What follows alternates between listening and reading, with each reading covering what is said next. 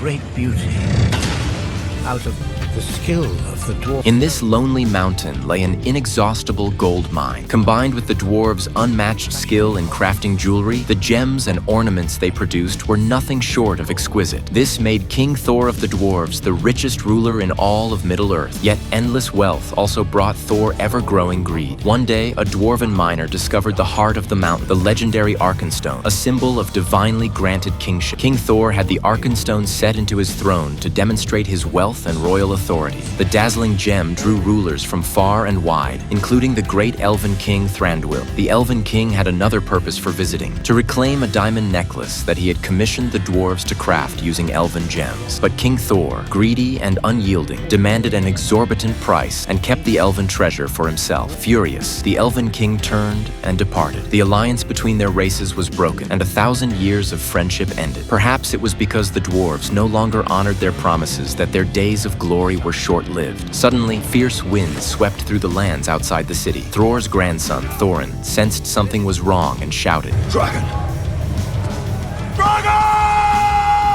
In the next moment, blazing fire engulfed the castle's watchtower. Smaug, the terrible dragon, had awakened. The valley town outside the castle instantly became a sea of fire. People could barely see the dragon's shadow, and even the mightiest crossbows could not harm him. Dragons have long been drawn to treasure, and Smaug's target was clearly the dwarven stronghold within the Lonely Mountain. The dwarven army lined up at the gates, ready for battle, but they were utterly powerless against the invincible dragon. In the face of extinction, King Thor worried only about how to hide the Arkenstone on his throne. Before he could decide, the charging dragon struck, and the Arkenstone was swallowed by a golden wave stirred up by the beast. Thor, losing his senses, tried to leap into the gold hoard, but his grandson Thorin pulled him back just in time, saving his life. The once glorious dwarven kingdom had become a broken people, fleeing in chaos. From afar, the elven king watched, detached. Thorin, seeing their centuries-old allies as if grasping at the last lifeline, called out for help, but Thranduil remained indifferent. History had shown that those who lose the moral way receive little aid, especially the dwarves who had just broken their promise. With hope turning into bitter resentment in Thorin's eyes, Thranduil led his elven army away, cold